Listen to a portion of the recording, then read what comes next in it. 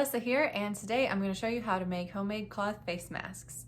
I'm making these for the Humane Society of the Pikes Peak region because they are out at their vet clinic, and due to COVID-19 they're unable to get more. This activity is something that you could easily do with the whole family, and if you have a sewing machine it's going to make the whole process a lot easier, but if you don't, you can still do this activity and help out your community.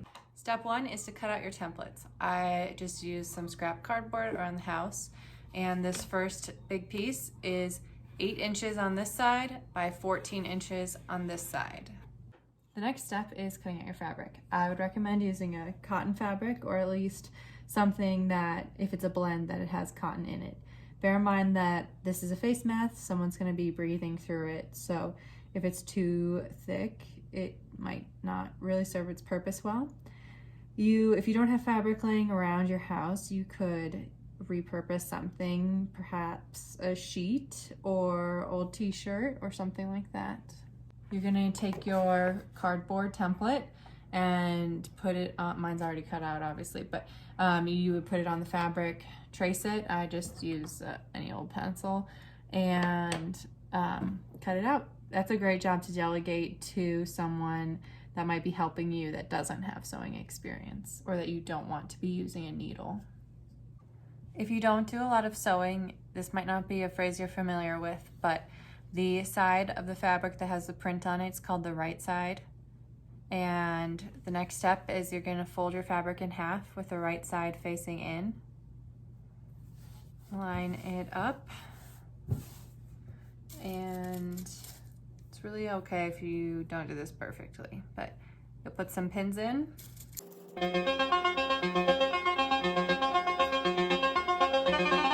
We're going to be sewing along this edge. I'm going to be using my machine, but if you don't have a machine, that's okay. You can do it by hand with just a needle and thread, something you could easily do while watching a show on Netflix.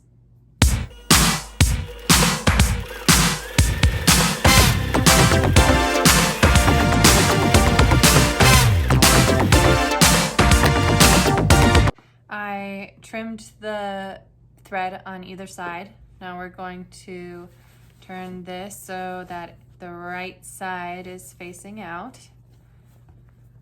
And I don't have an iron. If you have an iron, this might be a good time to use it.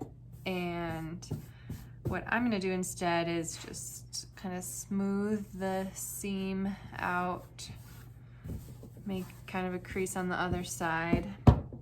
And then I'm gonna just put this between two heavy books. So this is where the perfectionist might get really annoyed with me.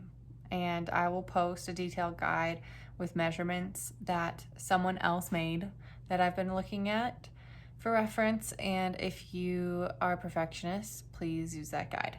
But the next step is to make pleats, and I'm not gonna measure my pleats. In general, I'm gonna be going for a pleat depth of about 1/2 inch, and I'm gonna make 3 folds in the fabric here. So.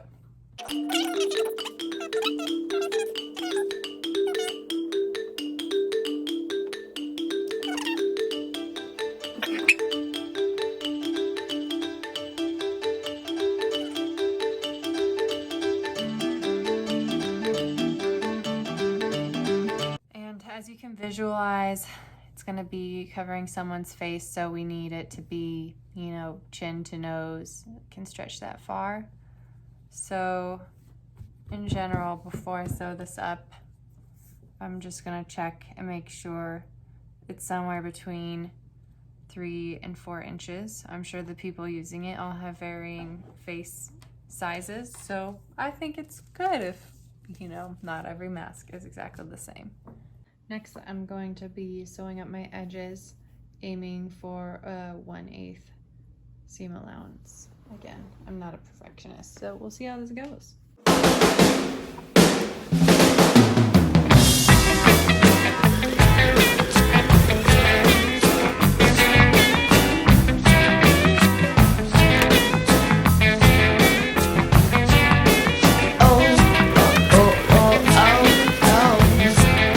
So I've heard that most places are out of elastic, and a lot of people are making masks. I'm going to show you a way to do it with bias tape or a ribbon.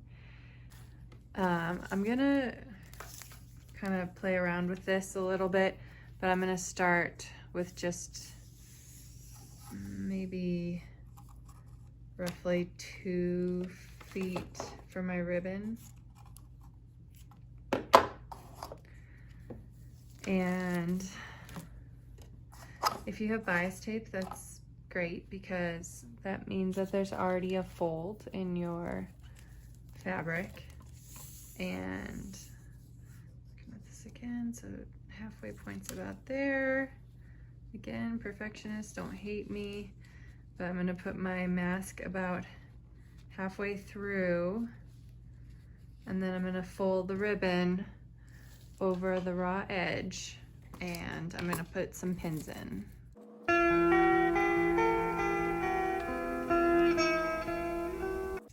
It's important to make sure that the pins went through the fabric on the inside because that's the whole point. We're closing up those raw edges and we're putting on some longer pieces that will be tied around the person's head that's wearing the mask.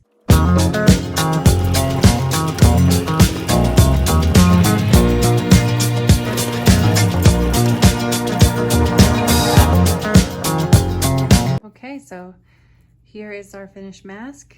Ribbon on both sides, and I'll show you what it looks like. Here's what the finished mask looks like.